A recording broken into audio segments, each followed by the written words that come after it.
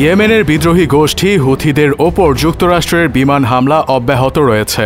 এখন পর্যন্ত এই হামলায় নিহতের সংখ্যা বেড়ে 53 জনে দাঁড়িয়েছে। এদের মধ্যে 5 জন শিশুও রয়েছে বলে জানিয়েছে হুথি বিদ্রোহী গোষ্ঠীর স্বাস্থ্য বিভাগ। এমন উত্তপ্ত পরিস্থিতির মাঝে ইয়েমেনে বল প্রয়োগ করা হতে বিরত থেকে রাজনৈতিক সংলাপের মাধ্যমে সমস্যা সমাধানের জন্য আমেরিকার প্রতি আহ্বান জানিয়েছে রাশিয়া। রুশ পররাষ্ট্রমন্ত্রী সের্গেই ল্যাভরভ রবিবার মার্কিন পররাষ্ট্রমন্ত্রী মার্কো রুবিওর সাথে এক ফোনালাপে এই আহ্বান জানিয়েছেন। উক্ত ফোনালাপের বরাত দিয়ে রুশ পররাষ্ট্র মন্ত্রণালয় এক বিবৃতিতে জানিয়েছে, নতুন করে আর যাতে কোনো রক্তপাত না হয়, অযথা প্রাণহানি যেন না হয়, সেজন্য বল প্রয়োগের পরিবর্তে ইয়েমেন নিয়ে সংলাপের মাধ্যমে বিদ্যমান সমস্যার সমাধান করার দিকে মনোযোগ দেওয়া উচিত যুক্তরাষ্ট্রের। ইয়েমেনে ইঙ্গো মার্কিন ভয়াবহ বিমান হামলার একদিন পর রুবিওর সাথে ফোনে কথা বলেন ল্যাভরভ। রুশ পররাষ্ট্র মন্ত্রণালয় জানিয়েছে, ফোনালাপে মার্কিন পররাষ্ট্রমন্ত্রী তার রুশ সমকক্ষকে ইয়েমেনে হামলার বিষয়ে অবহিত করেন। ইয়েমেনের সশস্ত্র বাহিনী লোহিত সাগর দিয়ে ইসরায়েলি জাহাজ চলাচলের ওপর আবার নিষেধাজ্ঞা আরোপ করার পর শনিবার রাতে ইঙ্গো মার্কিন বাহিনী ইয়েমেনে বিমান হামলা চালায়।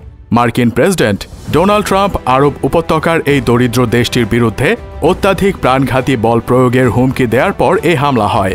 এর আগে শনিবারই ট্রাম্প এক এক্স বার্তায় ঘোষণা করেছিলেন তিনি ইয়েমেনের হুথি আনসারুল্লাহ আন্দোলনের বিরুদ্ধে চূড়ান্ত ও শক্তিশালী সামরিক হামলার নির্দেশ দিয়েছেন।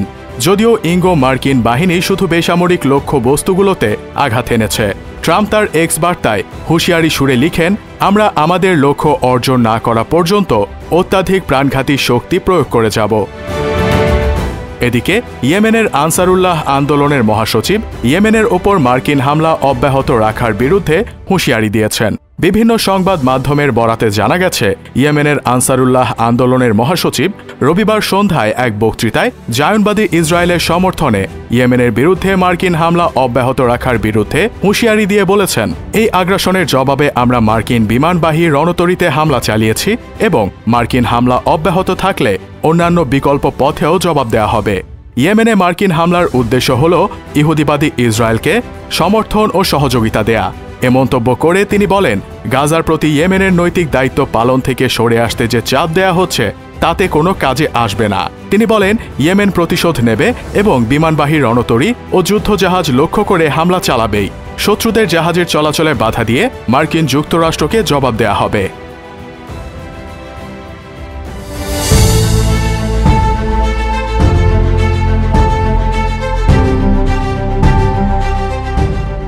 ইয়েমেনে যুক্তরাষ্ট্রের বিমান হামলায় বেশ কয়েকজন হুথি কমান্ডার নিহত হয়েছে বলে দাবি করেছে যুক্তরাষ্ট্র। প্রেসিডেন্ট ডোনাল্ড ট্রাম্পের জাতীয় নিরাপত্তা বিষয়ক উপদেষ্টা মাইক ওয়াল্টজ এক সাক্ষাৎকারে এ দাবি জানিয়েছেন। সোমবার মার্কিন সংবাদ মাধ্যম এবিসি নিউজকে দেওয়া এক সাক্ষাৎকারে ওয়াল্টজ বলেন, এটি কোনো দায়সারা হামলা ছিল না, এটা ছিল অপ্রতিরোধ্য এবং ব্যাপক একটি আঘাত এবং বেশ কয়েকজন হুথি কমান্ডার এতে নিহত হয়েছে। এদিকে লোহিত সাগরে আবারও হামলার কবলে পড়েছে মার্কিন রণতরী। ইয়েমেনের বিদ্রোহী গোষ্ঠী হুথিরা মার্কিন রণতরীতে হামলা চালিয়েছে। সোমবার আল জাজিরার এক প্রতিবেদনে এ তথ্য জানানো হয়েছে। হুথিরা জানিয়েছে, ইয়েমেনে মার্কিন হামলার প্রতিশোধ হিসেবে এ হামলা চালানো হয়েছে। সোমবার হুথিদের এক মুখপাত্র বলেন, যোদ্ধারা বিমানবাহী রণতরী ইউএসএস হ্যারি ট্রুম্যান এবং তার সঙ্গে থাকা যুদ্ধ জাহাজকে নিশানা করে 18টি ক্ষেপণাস্ত্র এবং একটি ড্রোন নিক্ষেপ করেছে। অন্যদিকে মার্কিন সামরিক বাহিনী জানিয়েছে, তারা রাতভর গোষ্ঠীটিকে লক্ষ্য করে হামলা চালিয়েছে। প্রতিবেদনে বলা হয়েছে, গত 24 ঘন্টায় গোষ্ঠীর দ্বারা দাবি করা মার্কিন নৌবাহিনীর ওপর এটি দ্বিতীয় হামলা।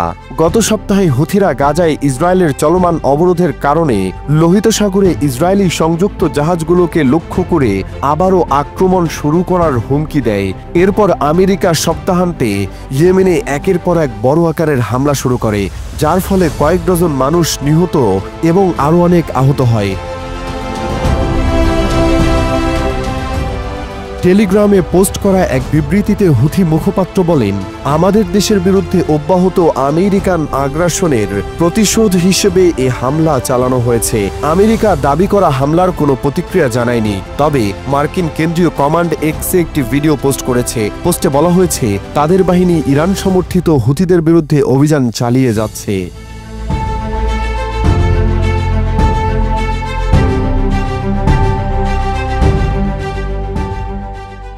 হুথি সমর্থিত সংবাদ মাধ্যম সাবা জানিয়েছে সোমবার ভোরে রাজধানী সানা থেকে প্রায় 230 কিলোমিটার বা প্রায় 143 মাইল দূরে বন্দর শহর হোদেইদাহের আশেপাশে দুটি নতুন বিমান হামলা হয়েছে।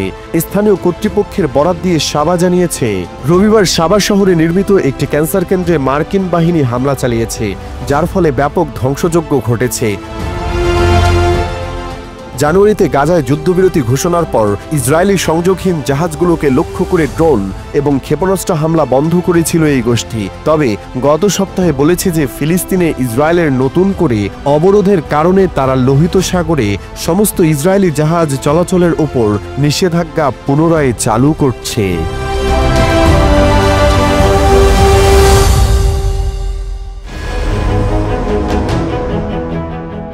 ফিলিস্তিনের অবরুদ্ধ গাজা ভূখণ্ড জুড়ে ফের ব্যাপক আকারে বিমান হামলা শুরু করেছে বর্বর ইসরায়েল।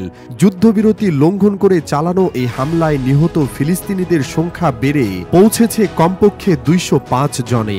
এমন বেগতিক পরিস্থিতির মাঝে হোয়াইট হাউস খোলাসা করল এক চাঞ্চল্যকর তথ্যের। হোয়াইট হাউস জানিয়েছে যুক্তরাষ্ট্রের প্রেসিডেন্ট ট্রাম্পের সঙ্গে আলোচনা করে গাজায় এই হামলা পরিচালনা করেছে দখলদার ইসরায়েল। 18 মার্চ মঙ্গলবার এই তথ্য জানিয়েছে সংবাদ মাধ্যম আল জাজিরা। সংবাদ মাধ্যমটি বলছে গাজায় সর্বশেষ আক্রমণ শুরু করার আগে ইসরায়েল মার্কিন প্রেসিডেন্ট ডোনাল্ড ট্রাম্পের সাথে পরামর্শ করেছিল। তথ্যটি জানিয়েছেন হোয়াইট হাউসের প্রেস সেক্রেটারি ক্যারোলিন লিভিট। সংবাদ মাধ্যম ফক্স নিউজকে ক্যারোলিন লিভিট বলেছেন, প্রেসিডেন্ট ট্রাম্প যেমন স্পষ্ট করে বলেছেন হামাস, হুথি, ইরান যারা কেবল ইসরায়েলকে নয় বরং যুক্তরাষ্ট্রকে আতঙ্কিত করতে চায় তাদের মূল্য দিতে হবে এবং তাদের উপর সমগ্র নরক ভেঙে পড়বে।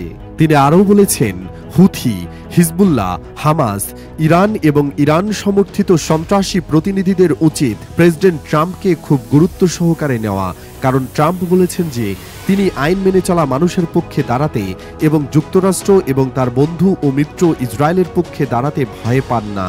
এদিকে আল জাজিরা তাদের সরাসরি সম্প্রচারিত আপডেটে জানিয়েছে গাজায় যুদ্ধবিরতির অবসান ঘটিয়েছে ইসরায়েল এবং এরপর অবরুদ্ধ এই উপত্যকা জুড়ে বিমান হামলা শুরু করেছে। বর্বর এই হামলায় এখন পর্যন্ত কমপক্ষে 205 জন ফিলিস্তিনির নিহত এবং অন্যান্য আরও অনেকের আহত হওয়ার খবর পাওয়া গেছে। চলতি বছরের 19 জানুয়ারি হামাসের হাতে যুদ্ধবিরতি শুরু হওয়ার পর গাজায় এটি ইসরায়েলের সবচেয়ে বড় হামলা। এমন অবস্থায় এবার গাজায় স্থলপথেও হামলার হুমকি দিয়েছেন ইসরায়েলের সামরিক বাহিনীর একজন কর্মকর্তা। নাম প্রকাশ না করা এক ইসরায়েলি সামরিক কর্মকর্তা সংবাদ সংস্থা রয়টার্সকে বলেছেন, ইসরায়েলের আক্রমণ যতদিন প্রয়োজন ততদিন অব্যাহত থাকবে এবং বিমান হামলার বাইরেও বিস্তৃত হবে, যা গাজা উপত্যকায় ইসরায়েলি সেনাদের সম্ভাব্য স্থল অভিযানে প্রত্যাবর্তনের ইঙ্গিত দেয়। এদিকে হামাস বলছে নেতানিয়াহু এবং তার চরমপন্থী সরকার যুদ্ধবিরতি উল্টে দিতে চায়। সংগঠনটির মতে ইসরায়েলের নেতানিয়াহু এবং নাৎসি জয়নবাদী দখলদার বাহিনী গাজার অবরুদ্ধ এবং অরক্ষিত বেসামরিক নাগরিকদের উপর বিশ্বাসঘাতকতাপূর্ণ হামলার জন্য সম্পূর্ণ দায়ী।